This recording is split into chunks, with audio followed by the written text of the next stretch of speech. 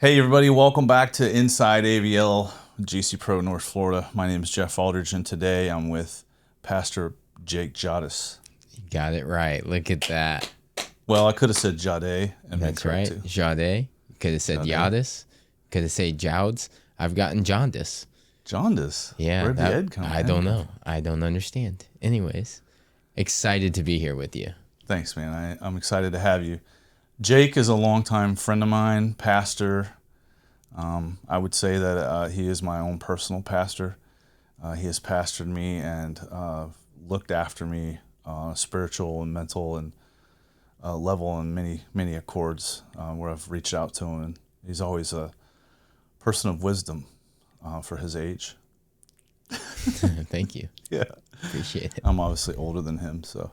I always feel like I'm getting older, though.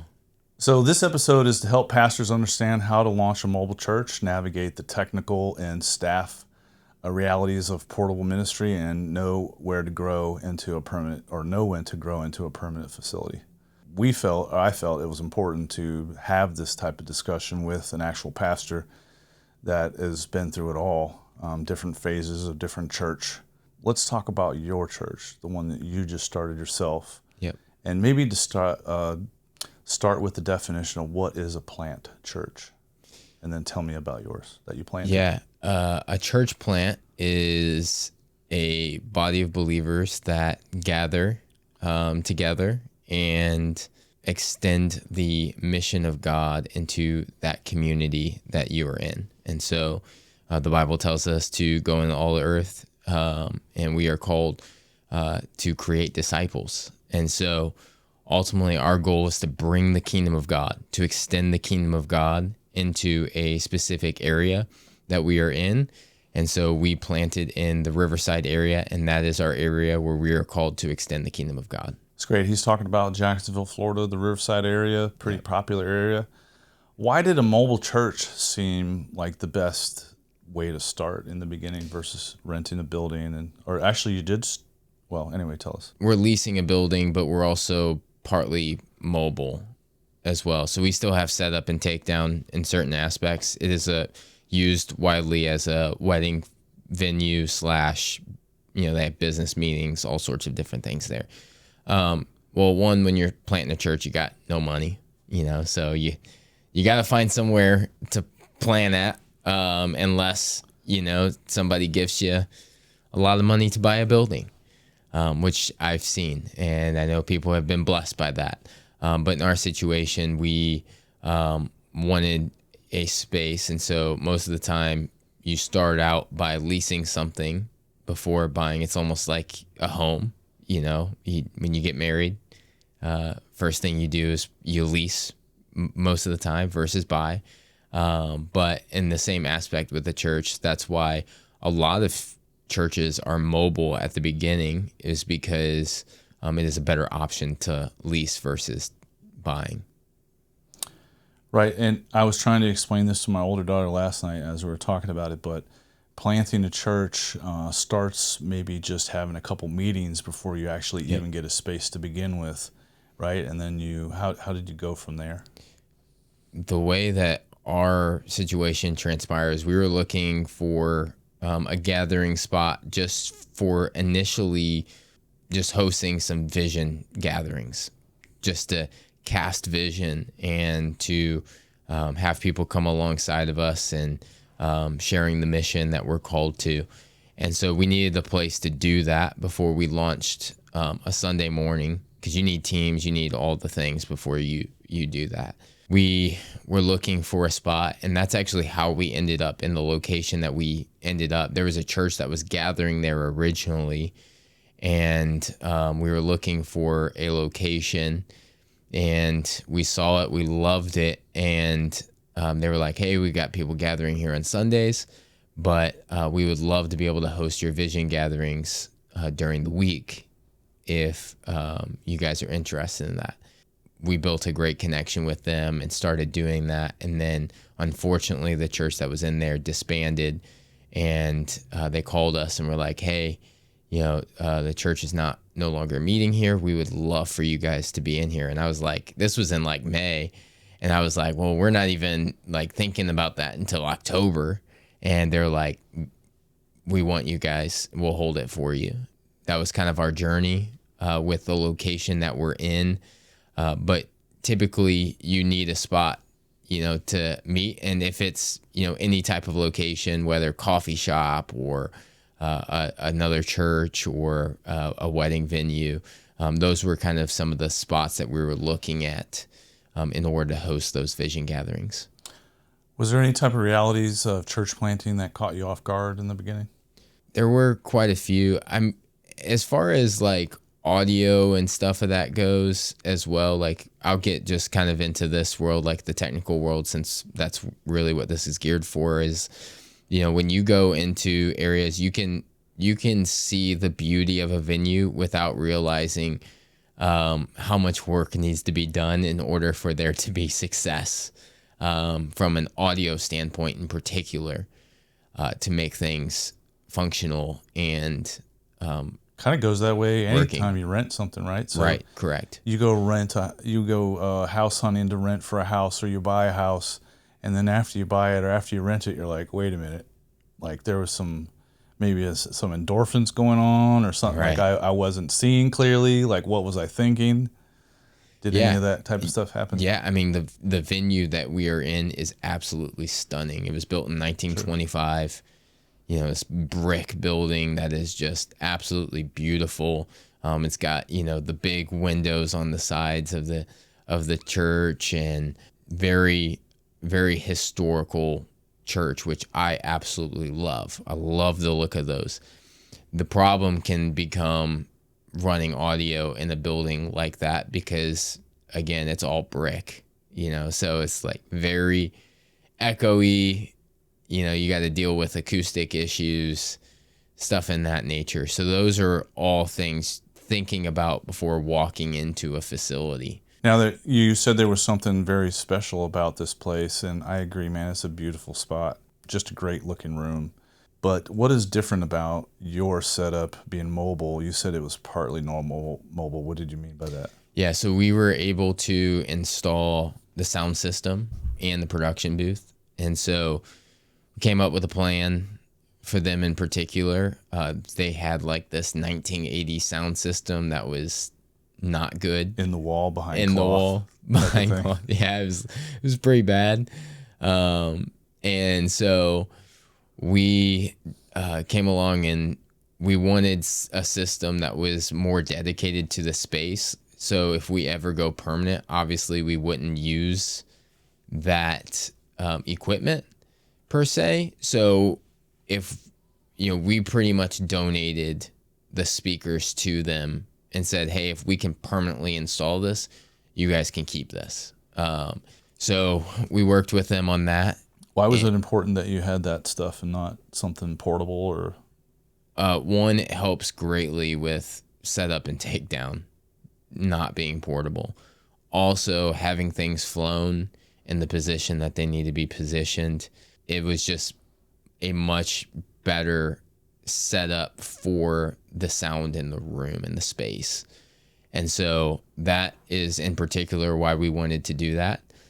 And, it helps our teams out greatly. Our setup, we have to set up instruments and TVs that we have for lyrics and stuff like that. And everything's pretty much just in the closet, ready to go. So our setup is like 30 to 45 minutes. And Jake and I used to work for a church that we did a large mobile setup every Sunday. I remember one time even breaking my foot and still working. Yep. It was on Easter. Yep. Are there any, what would you say is a typical Sunday morning walkthrough? Because I know when we did that mobile church, we were setting up on Saturday, taking down on Sunday, and I'll show a video as we're talking about that setup. Eventually we got it down to just showing up that morning, but it wasn't, I think it was like a 9 o'clock service, but we showed up at 5. Yeah. How does that look for you now? So now it's pretty easy. We come in 7 o'clock, set up, usually takes us 30 to 45 minutes. We start rehearsal about 7:45, and we go through sound check. We go through all of our songs, and at about 9 o'clock, we're done with that, and we move into a meeting with our team, and then we have service at 10 o'clock. So it's pretty simple, pretty easy, comparatively speaking, to what we've Not stressful. been through. Yeah, not stressful at all. And when you're organized and you have things in a certain place, also that's very helpful, that you can just, like, we have a lot of our stuff is already connected. We just have to bring it out of the closet and then just run the cables. So that's also really helpful. And I would say that's the biggest problem, or common problem, that churches face when they are doing 100% mobile and have to set up every week, is that sometimes it could come down to one cable and then you don't have church that day. Right. And there was a couple times where we were like down to the wire, man. Like, Yep. we didn't know if we were going to have like a live service that day. I didn't know if I was going to be preaching. Right. Right. Like, Or working I was there the every day. campus pastor, you know, so it was like, you know, when if the stream wasn't working, you know, something wasn't going down, I'm prepping a sermon, you know, like, getting ready. So, you know, obviously having a non-mobile or partial mobile stuff where it's just kind of simple, I would say it takes me about a half hour, maybe 15, 20 minutes to set up in my church that's already pre-installed, turning everything on, testing everything like that. Where do you think churches overspend early and then overspend dangerously?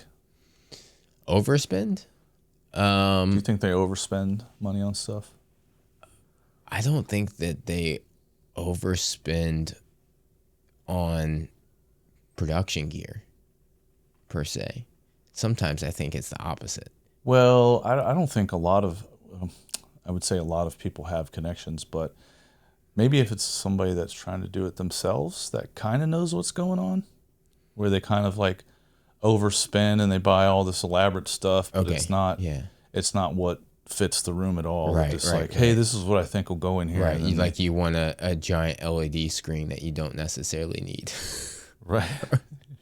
You know, like something like that. There's you know? reasons why you need an LED wall. Yeah. You know, but most of it's like projector position, or, you know, do I have enough to put a rear projection laser? Like, do I have the ability to mount? Okay, Yeah. well, then maybe I should move towards an LED wall. But, you know, LED walls are the cool in crowd thing. Right. Well, I would say, you know, like the biggest thing that I think, especially from a pastoral standpoint, is I think sometimes we have a struggle to underspend.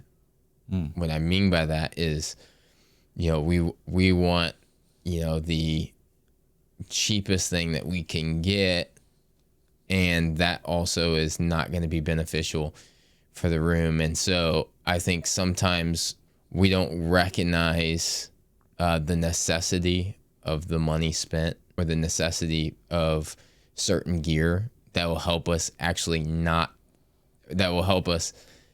I think that's where we end up overspending, is because we end up going with the good stuff anyways, because we hear the stuff that we make decisions on and we're like, maybe we actually made the wrong choice when it comes to this. And so I've seen a lot of people end up doing that, where they'll spend more in the long term because they just want the cheapest option now, versus actually getting the gear that you need that's actually lasting for the environment that you're in, if that makes sense.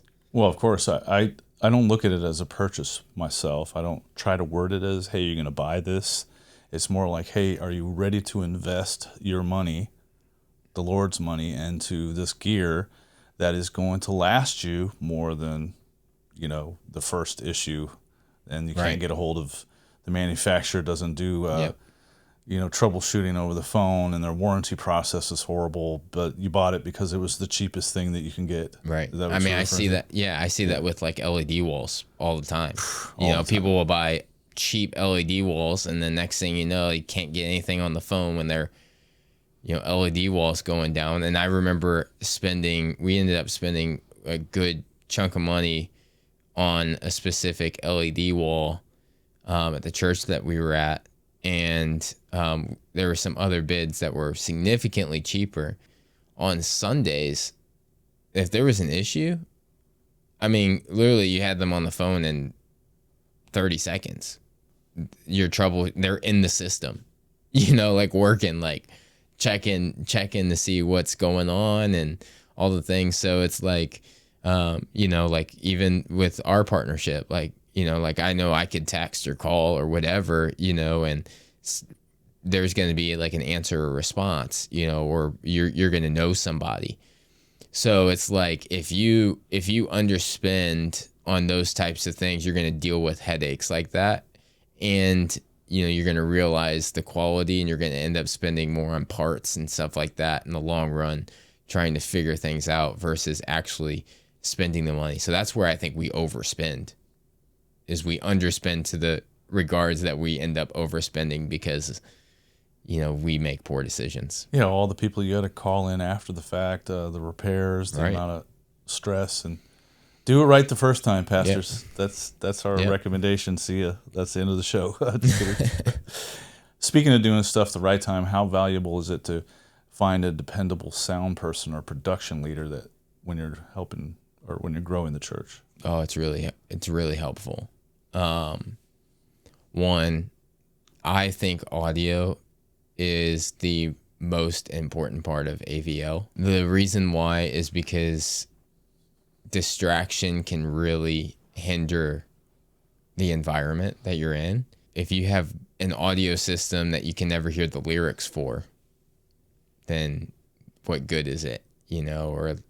Or you have bad mixes where the music is way over the vocals, or you have stage wedges that are louder than the mains. Right. All of those things really matter when it comes to creating an environment that honors and glorifies God. And we want to do that the best that we can. And so having someone that knows audio is really important. And, I've been fortunate as, I'm the lead pastor now, but I've been in kind of the AVL space for a little bit. I've run experience for churches. I would say know your game, man. You're pretty well rehearsed in the technical stuff. Yeah, thanks. I feel like lately, when you become the lead pastor, it's like you're not focused so much on that you almost like lose ground a little bit. But you miss it, don't you? Yeah, I do miss it. But I know how valuable it is to have, and not only to have someone who knows how to run it, but also somebody who knows how to troubleshoot it. Like on the fly. Yeah. That is like one of the most important things to have as a sound tech, or anybody that's running AVL just in general is like, yeah, somebody can mix, but if something happens where in-ears go out or, like whatever it is, like, can they troubleshoot it? Can they figure it out? And being able to have on that backside of things is really important. Also, understanding the fact of whether you can actually fix it then, or is it something that needs to be done prior or between services. Yep. I always give the analogy like you can't have me repair your car if you're driving it. Right. So, like if we want to make these moves, we should plan ahead. Let's not make this a last minute thing.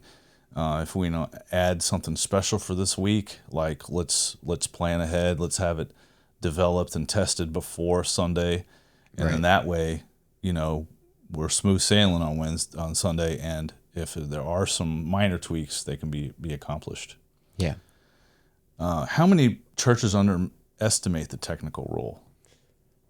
Definitely. We kind of touched on that a little bit earlier, but it's like, I think oftentimes we don't think through the level of how it can enhance our services and the experience that, people walk into.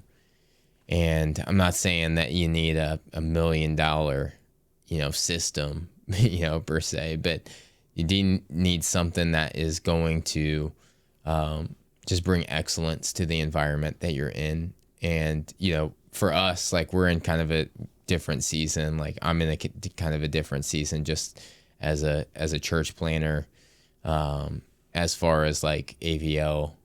And, not everybody is this way. And I have no fault for what churches do at all in any regards. But like our focus is more on the audio right now. As we expand, we'll definitely go in video. Lighting right now, we don't have anything. One, because the environment that we're in, it's very traditional, so we got beautiful, just like fresh light coming in. And so it's not like this dark room that you typically walk into, on a Sunday morning with, concert lights. It is an open room with no lights. It's just the sun coming in. And one of that is, intentional. Like, we could always cover that up. It's intentional because, we want, like, my stance right now is I really want to teach people how to glorify God without any of that. It's like I want the sole focus to be on worship versus being a production. Yeah, versus being a production. I'm not saying that our church will never have lights or anything like that. It's just what we're kind of focused on right now as a church body. And I think, a lot of people have gifting and creativity, and the creativity in the AVL world is used to glorify God. Let's say you have a staff member that's doing audio or a volunteer. How do you support that person? Getting them mentors and people that they can lean on. I think that is really important. Having good people that can teach, have people that they can rely on and go to. I think that's a necessity when it comes to AVL, to also have that support. I mean, as a believer, you are called to make disciples, right? And I don't think that is exempt in the AVL world, right? Like, that is a gifting and a creativity to be steward. And so people are called to advance that for the kingdom of God. And so giving them the support in that, through relationships, through training, those things are really important. I call it like one of my core principles of I'm a sales guy, but I don't see myself as a salesperson as much as I do a solution provider. And I'm out to advance the kingdom of God any way I can. So if that's the type of person you're looking for, what happens long term when churches don't respect their technical staff? Turnover. What happens when turnover happens? More turnover. Then you don't have anybody to train. Yep, no one to train, no one that wants to be at your church, like and it's a small community too, Yeah. man. Like, all of us technicians that work in church, we all know each other. Right. And all of us are taken up. We're all busy on Sundays. Yep. And the no amount of money will be able to make up for that loss of culture when it comes to especially the technical world. I believe that, because we are called to, again, advance the kingdom of God and to steward relationships and create a healthy place for people to be in. And if the work environment is not that way, or how we treat volunteers, then that's ultimately going to happen, and that will cause turnover to happen. And you will be a place that will eventually be hard to get people to serve and commit to, because of that culture that is created. Where do you think volunteer teams work well? You have all volunteers, right? Yeah, we have all volunteers. I think they can work well in any capacity of the church. I think that there are some people that, technically speaking, have the capacity to do what they do, and they just do it for the glory of God. And so we have an all volunteer team, and it works great. Like, we pay no one on staff or even to do audio or pro presenter or any of that. We're completely volunteer. And so I think creating a culture of training and people that can run things. And I think it's also helpful that, even though I am the pastor, that if there's troubleshooting issues, I can also be someone that... Well, you're an anomaly, man. I call you the unicorn pastor. So I can kind of get in that world and help where it needs to be. But I think volunteer in any capacity of the church is good. That means that the mission is going forth, and people are using gifts, and they are actually being built up in the kingdom of God to serve in that capacity. And so, and when I know a church in St. Louis. It's crazy, but they're a church of probably about 3,000, and they have 4 staff members, and their entire church is volunteer based, and it runs like a machine. Like, it is just beautiful how it functions, and they're able to operate that way because of what they have done for their volunteer base, and they've created that culture. I've served at that church. I've was a part of that. My family was a part of that church. And so it is really beautiful in the volunteer world, like when you have people that can build you up into the kingdom of God and use your gifting for what God is putting in his people. I love the fact I've been with the church I'm working with for almost 4 years now, and it was all just me and a deacon helping me on a week basis. And now it's gone to I have volunteers, kids. So a lot of it's pouring into these kids and training them to cover for me when I'm not there or when I cannot make it or if I'm sick. Luckily for the church, I've been there almost 4 years and I've only missed one day, one Sunday. So I think I'm like 130 something Sundays. Wow.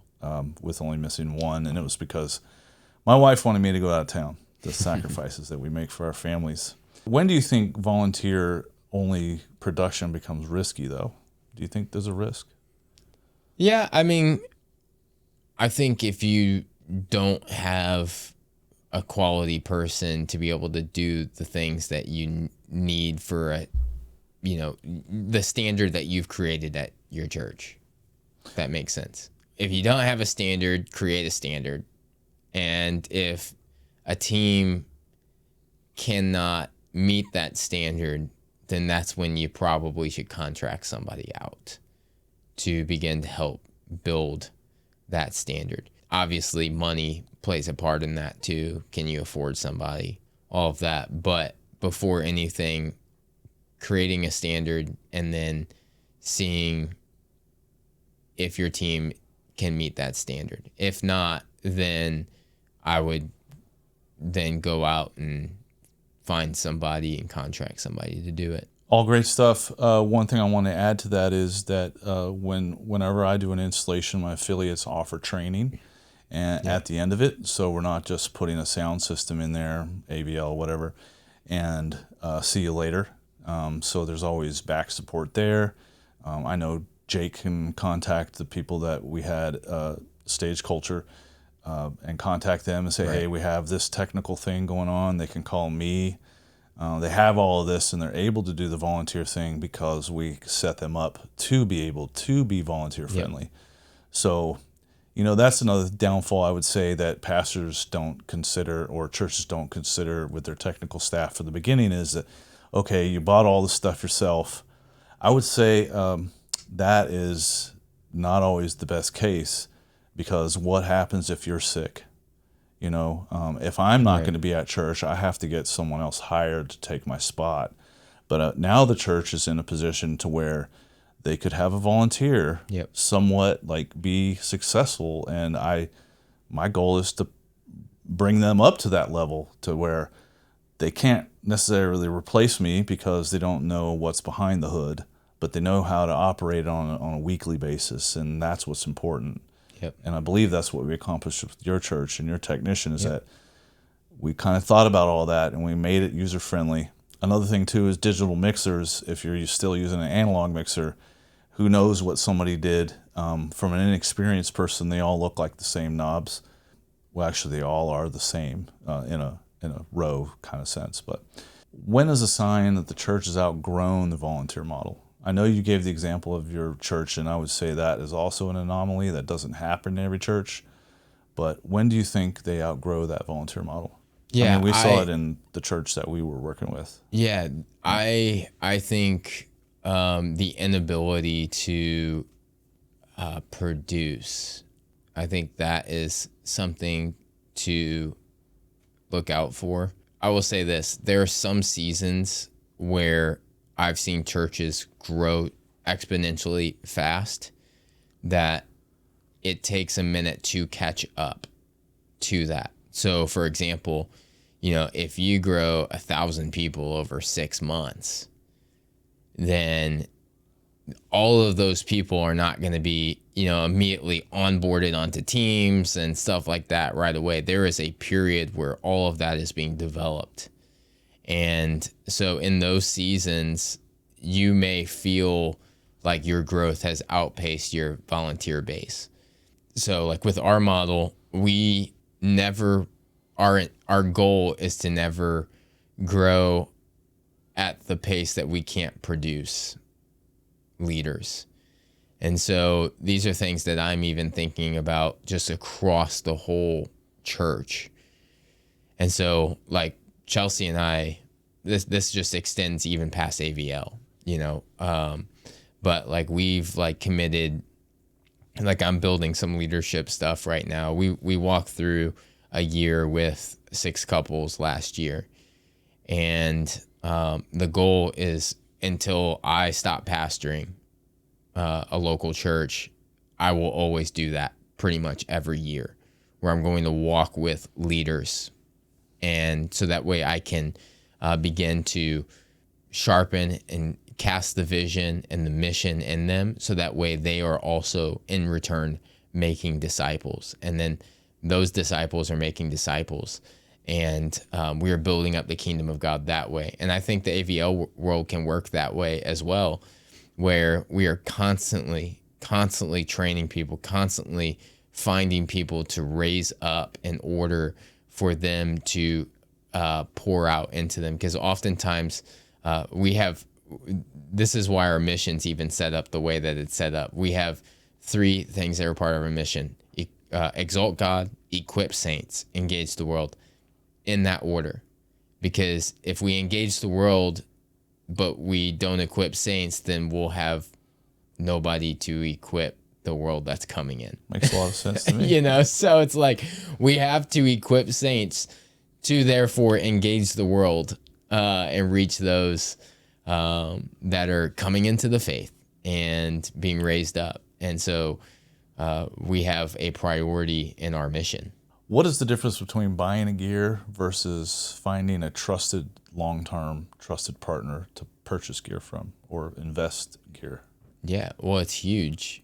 One, because I feel like if you don't have that relationship, there's going to be less knowledge of the vision and the mission and what you're trying to accomplish. You constantly got to repeat yourself to the next person. Yeah, constantly, and you begin to kind of sharpen a relationship to where that person knows you. They know how you think.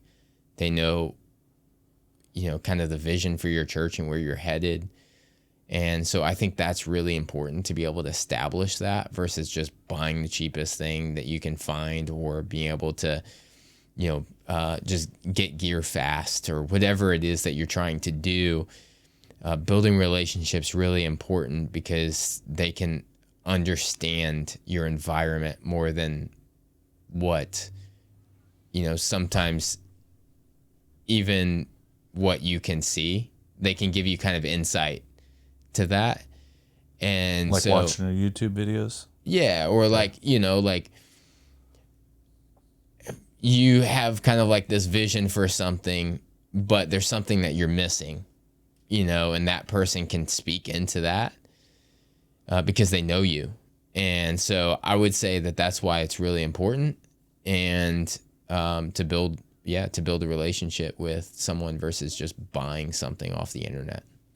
Talking to the sales associate that's watching this, what is one bit of information or knowledge that you can give to a salesperson working with churches other than what you just said? Yeah, I would say the best thing that a salesperson can do is learn the church. Don't just try to make money, because ultimately, if that happens, this is one thing that I've learned, and I kind of did sales briefly. Life insurance. Wow. The imaginary stuff. But just even in sales, if you always try to get the most expensive thing sold, then you just become annoying. or whatever's right in front of you at the store. Yeah, Right. That'll fit your needs, Pastor, for sure. Because then you no longer have built trust on what the actual needs are for the environment and what the church. And so you'll burn bridges really fast just getting, and most sales people know this and operate in that. And, but like just even having the integrity in that and building a partnership, because I can guarantee you will end up making more in the long term, first and foremost. But also you will build a quality relationship where people will reach out to you. And if other people are in need of stuff, there'll be a recommendation. Networking and word of mouth Yes. are my favorite way, man, because It's huge. you automatically have this layer of trust versus someone cold calling you or Right. cold emailing you, and you're not even sure if they're real or if they're in some type of cubicle talking to you. Yeah. So I would say integrity is like a huge piece. There was a book that I read once. It was called Supernatural Business, and it was awesome. It was about this guy. He ended up building this construction company that ended up being like one of the biggest in the United States. And he talks about how he built this company through just like a deep integrity. And he talks about even like when you're in a restaurant and you get a water cup. Do you fill soda in that water cup? Because that's cheating when you do that, because you didn't pay for that. And oftentimes we cut corners like that in I've never done that. sales, or maybe when I was a teenager. I won't lie about that. I've probably done that a couple times when I was a kid. There's the root of the example. But it just teaches that God blesses integrity more than anything. And the favor of God will be on your life when you live a life of integrity. That doesn't mean that God's going to bless you just with finances, but your life will be filled with the blessings of the Lord, and the favor and his hand will be upon you when you are living a life of integrity, not doing anything, cutting corners or trying to make a buck, but you do things out of integrity. God will bless that. That's pretty good, man. I like that, doing things out of integrity. One last question. What advice could you give to a pastor that's launching his mobile church in 12 months or less? Lean on people, especially in the AVL world. Have people come in your venues, look at it, get multiple people to look at it, scout it out. These things I would say. Why would you say you need multiple people to look at it? Well, what I mean by that is, I think some people see things that other people don't, and I think that's okay. And I think when you bring that perspective, you can kind of hash that out and be like, well, why do you see this way? I could see this kind of, maybe not to be argumentative, but confusing sometimes for a pastor. My advice, and I think what you should do, is kind of like dating. You got to go out and find your technical person that's going to help you through it. A lot of times what pastors make a mistake doing is that you have... I don't mean by like multiple technical people. Right, okay.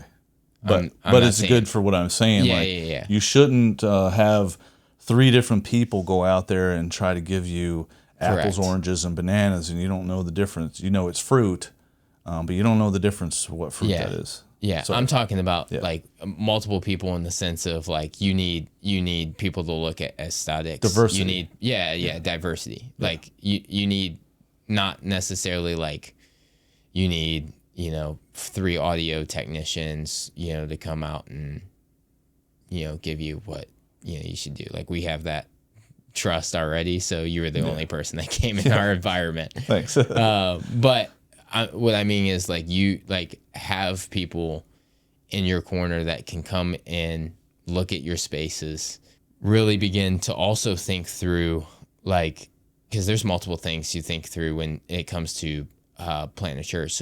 So sometimes your space that you gather in is different than where you're doing vision gatherings, right?